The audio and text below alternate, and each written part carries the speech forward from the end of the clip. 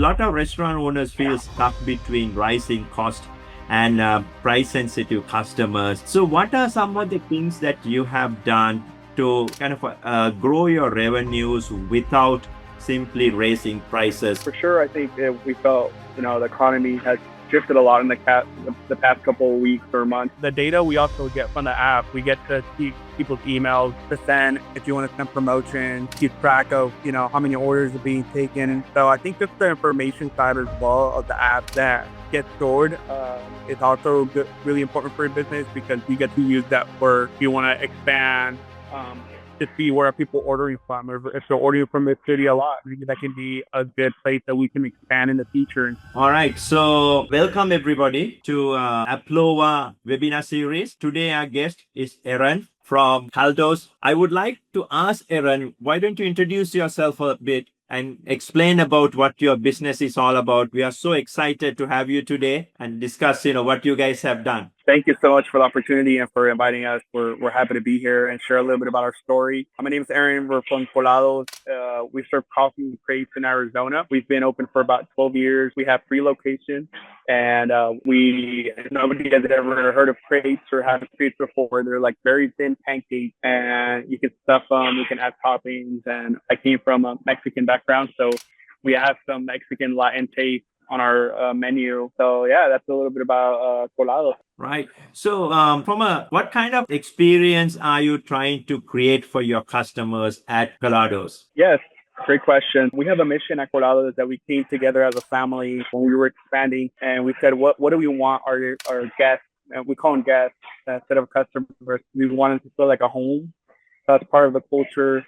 And we came up with a mission statement, which was to make your day. So everything we do around Colados is how can we make our guests' day? How can we make their day better? And we serve coffee and crepes. And one of the ways that we do that is we write on their lid, quote on it, their coffee lid. So when they drink the coffee, they can see a positive message when they walk out or when they're drinking it at work. And, little things like that. That's the type of experience that we want to have, where they walk out just a little better than they walked in, whether it's one of our guests, they open the door for them or they say hi to them, they welcome them as they're coming in. So I think it's in the little moments that we get to experience our guests that we can try to make an impact just by the simple and just having good manners. I think that's really awesome, Aaron. I think it's very much resonates with the kind of the vision of Applova, right? Applova is there for small to mid-sized restaurants to win in their local environment and to be able to give the technology that we give to help them compete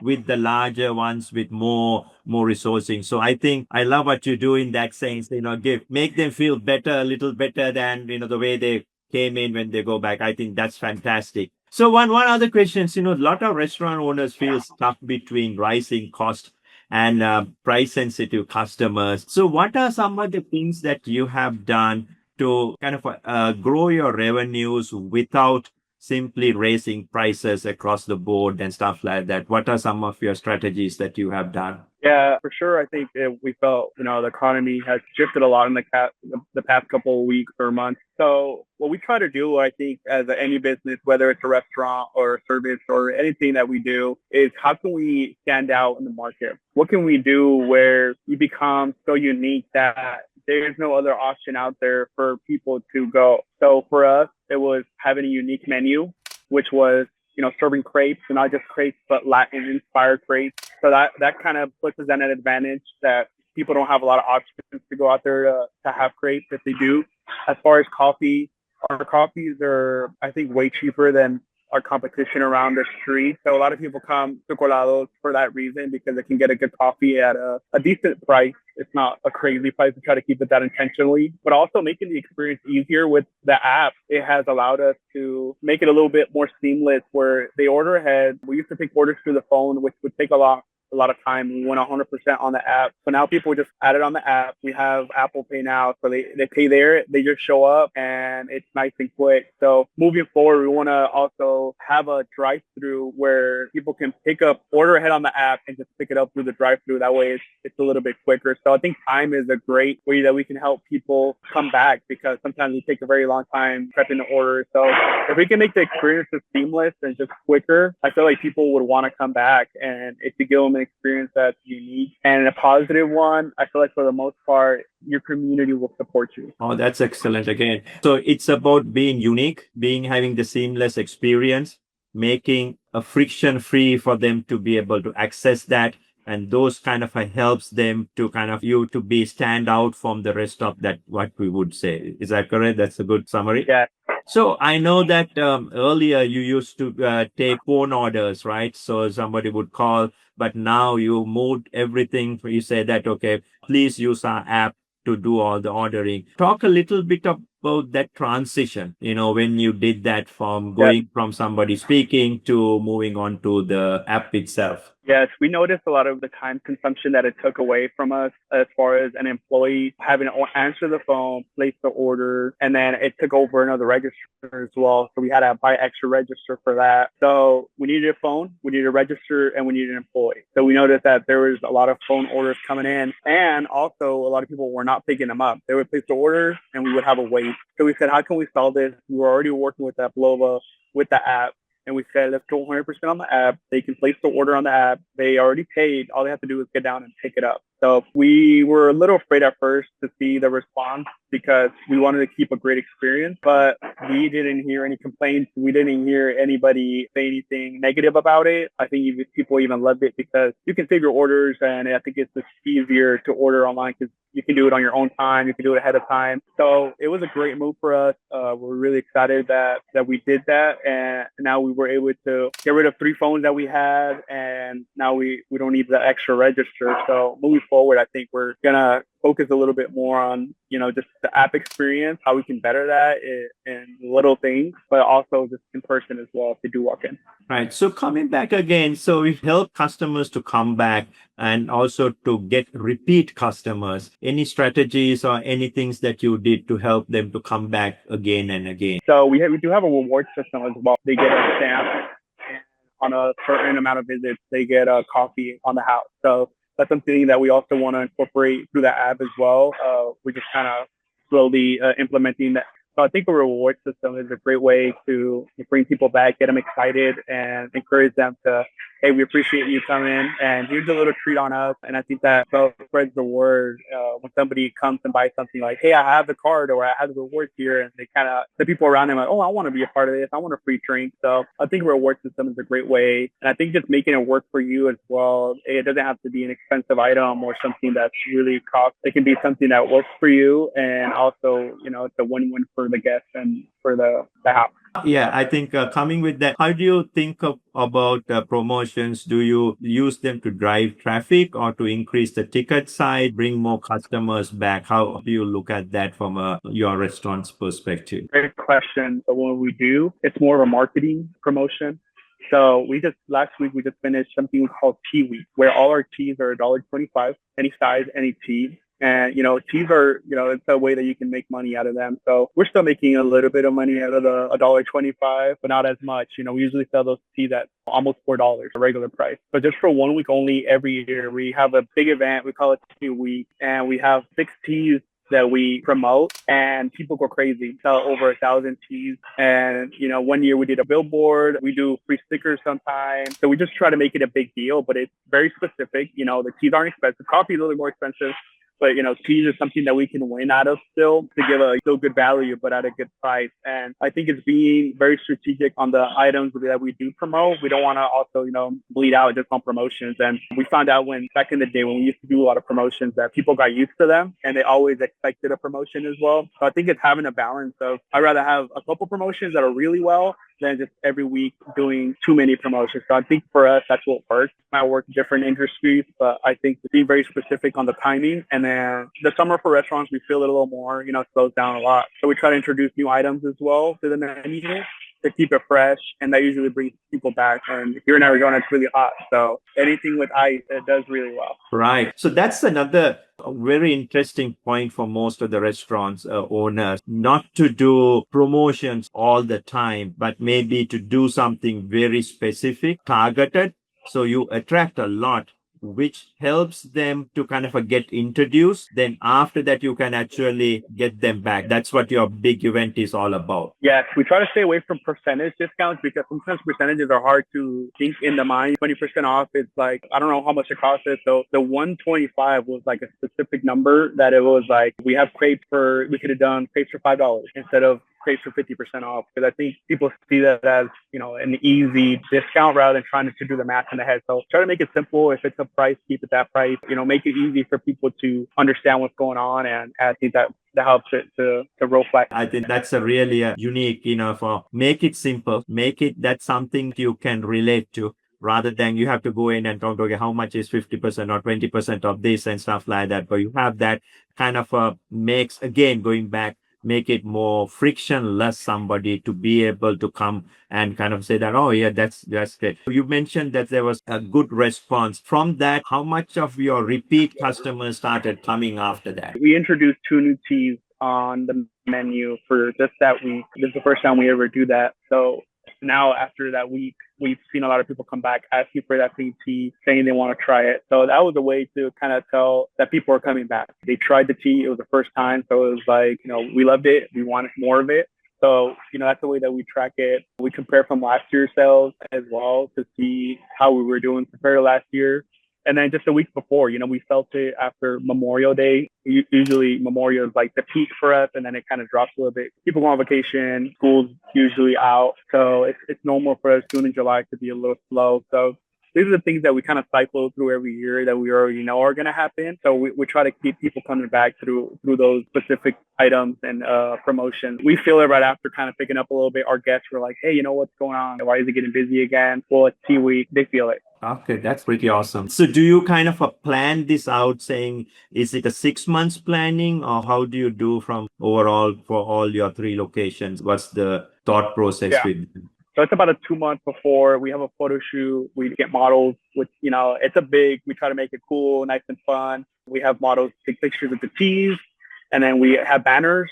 We're actually planning for next year to add even more fun promotion, getting inflatables, ways that people can, come in. I think it's a great deal for our guests. So we don't want them to miss out as well. So it's about 2 months in that we start ordering items, the syrup, lemonade, teas. That way we're fully stocked for that event because a lot of items we go through a lot. Right. So it's an event that people in the neighborhood are kind of looking forward to attend. It's like a festival that they want to come. Annual festival, Exactly. Right? That's great. How did you start adapting technology and, where do you see some of the biggest differences for your restaurant and, how did you think through that? Having an app had been in our mind for years since I think the pandemic was one of the big moments for us that we were like, hey, we got to advance, we got to innovate. What can we do to make it our experience a little seamless? It really woke us up. Thankfully, we had delivery, got an Uber Eats, so that helped a lot. So that was a great use of technology. But we were in the market searching for multiple apps, and I'll be honest, they were really expensive. A lot of them were set up and installation and POS. Everything had to be integrated. And when we found Applova, I was like, this is too good to be true. And I spoke to my Clover advisor and he said, hey man, this looks like a great option. Let me know if it works so I can tell all of my merchants. So ended up working out really well. Awesome that we can customize it. And I think little things like this are ways that we can continue to innovate and make it easier for our guests to find us. I think it was a lot of timing in finding the right app that works for us. That wasn't such a great investment for a small business. And it's customizable. You order on it and it prints directly to our kitchen. So it's nothing crazy where you need another device. But I think that technology really helped us to take a big step forward. Oh, thank you. I think, like we said, the Applova, why we exist is, to kind of help to small to mid-sized restaurants to be able to be local heroes, like you mentioned, to be in that. And thank you for your confidence in Applova. We appreciate that. How did the technology help you from orders, speed, customer experience, repeat customers? How did that change for you? Yeah, so I think the data we also get from the app, we get to keep people's emails to send, if you want to send promotions, you keep track of how many orders are being taken. So I think just the information side as well of the app that gets stored is also really important for your business because you get to use that for if you want to expand to see where people are ordering from. If they're ordering from this city a lot, maybe that can be a good place that we can expand in the future and say, hey, we're getting a lot of orders in east side of where we live. We need a new location. So that's kind of how we also use the data and technology to see where our guests are ordering from and where they're coming from. So it helped us that now we even are planning to open a location because of that information in the future in a location close to the east side. So you actually get access to data that helps you to kind of look at even some of your promotions, what's the kind of a return on investments on those, if you had did some certain promotions. So you can actually see that data, you actually help you to make decision based on the data. Is that right? Yes, yeah, we can use that as facts and compare that with what's going on around our city or what's going on in the market, and be able to compare and see how we can make decisions with information rather than just kind of guessing.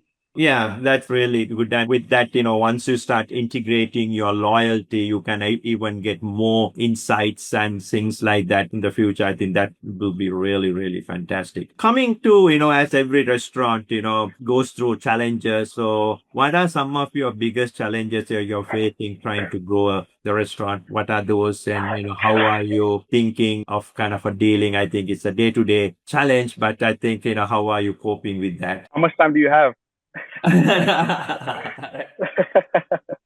Man, so many challenges. I think our mission, to make your day has been what has kept us really grounded on not growing too quick because, we get a lot of offers or, people want a franchise or they want to, get a little part of Colados in their city or state.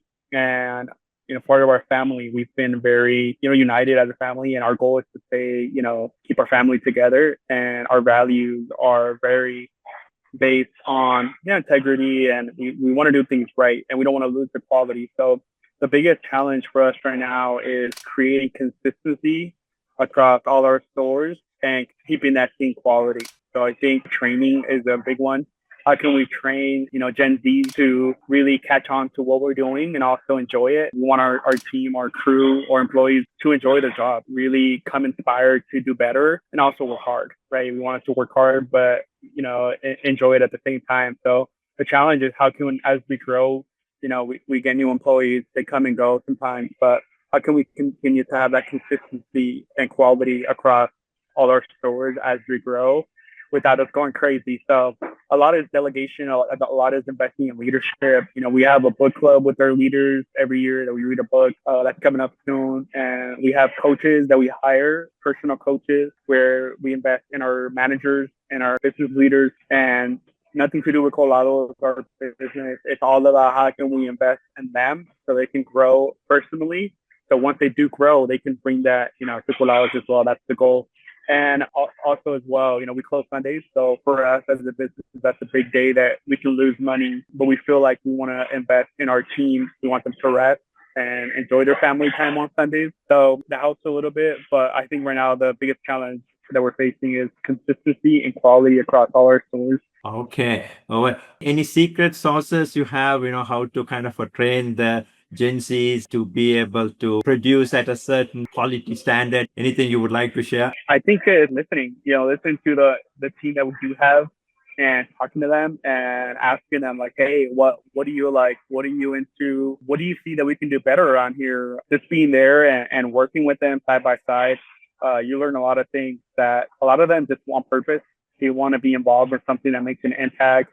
They don't just want a paycheck. And I think that's a great thing. I think, being open to listen and to change and to adapt. I mean, I'm a millennial. My dad was a baby boomer. It's like two different generations. And I know we have a gap, but I know there's bigger gaps that are coming after me as well. I even have to adapt to a lot of things that are going on. And right now with technology, it's shifting so fast. So I think it's how can we make work fun and also challenging at the same time where they can still grow, but they can also have a healthy environment where they feel like they belong. So it's a lot of work for sure. I think the easy route is to have them, sell crepes and coffee. It's easy, but to train them to to grow and have manners and treat guests with respect. A lot of families come with different ideas, and when they come to a business, it's like we have our own culture here.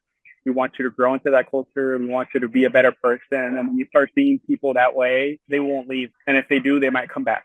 So we've had a lot of experiences where our team, they quit, they try to look for another job, and they come begging back and they said, you know what, you guys see me as a person here. You don't see me as a number. And we've noticed that that's probably made the biggest impact to them. Oh, that's really fantastic. You empower the employees, you get them to be a part of a greater impact that you are bringing in, and you invest into your teams from a long-term perspective. I think is a fantastic thing. Okay, so we're almost coming to the end, but I think, so if you had to give some, say, other restaurant owners wants to go revenue, but not want to keep rising prices or to increase prices, what should they do? Where should they start? You said instead of raising prices, Yes, without raising prices, they want to start. without raising prices. Yes.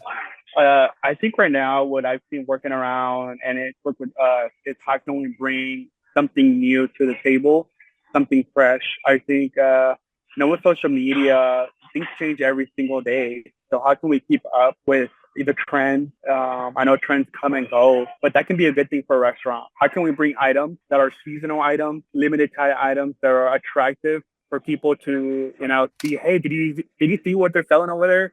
Did you see this colorful drink? Did you see, this new item, which is, maybe an item that's kind of weird, but it's different? I think those are ways that we can bring people into the table and keep things fresh. I think the employees get excited. I think the guests get excited, and it just continues to bring a new conversation to the table. So I think when you try to introduce a new item, and it doesn't have to be something crazy, and I'm talking about a restaurant, right? That's where I have experience from. But like sometimes, like we have a strawberry smoothie that we sell, and we also have a cold foam. And we said, why don't we make in Mexico we have a strawberry with cream snack that we use. So we're like, we can combine those already and create a brand new drink without buying a new inventory, a new item. So how can we use what we have already and create something different and unique? And I think that's the best way that you can bring in people without raising, prices or expense for you. Excellent. I think that's a superb advice for everybody to kind of think little out of the box, but look at what you have and kind of build that and maybe create that a particular new product that people would want to come. All right. So the last question is that if you could go back and give yourself one piece of advice when you were growing Colados, what would that be? I think don't be afraid to change. I think see a lot of businesses like In-N-Out, a burger spot that been consistently. They haven't changed anything, I think, in years. And sometimes we compare ourselves to other businesses, and we started off with 3 crepes and coffees, and I was so afraid to change. And if it's working, why? If it's not broken, why fix it, right? But I think sometimes we're so afraid of changing things that we get stuck in the same thing and we don't see any change happening around us. So I would say be open to change, and it's okay to not like something and go back to it, right? So innovate, try things new, and always see how you can improve your business 1% better every single day. When I come in every single day, I'm like, what can we improve today? Whether it's little things that we can improve at service or, fix a table today. Little things, how can we change to grow and just become better every single day? I think if you do that every single day, at the end of the year, you're going to see a whole different business. So I think be open to change. Oh, that's awesome. And I think 1% every day compounds over the years, and you will be very surprised to see what you would have actually got when you come back 1 year later. Yeah, correct. Yeah. And I think that's kind of a very good closing remark. We have seen what you guys have done. And I think especially you have 3 locations. You're thinking of expanding at the same time, not to expand for the sake of expanding, but more of like how do you keep the same culture and then expand the business? So I think we had a lot of golden nuggets, I would say, today. In this discussion, and I would like to thank you so much on behalf of Applova to being here today and sharing your experience. And as I mentioned at the beginning, what we are trying to do is to share this experience with similar restaurants throughout the whole of US, right? And maybe they may be in the East Coast, they may be in the West Coast, or to use this knowledge that you guys have done and being able to help them to grow their own business.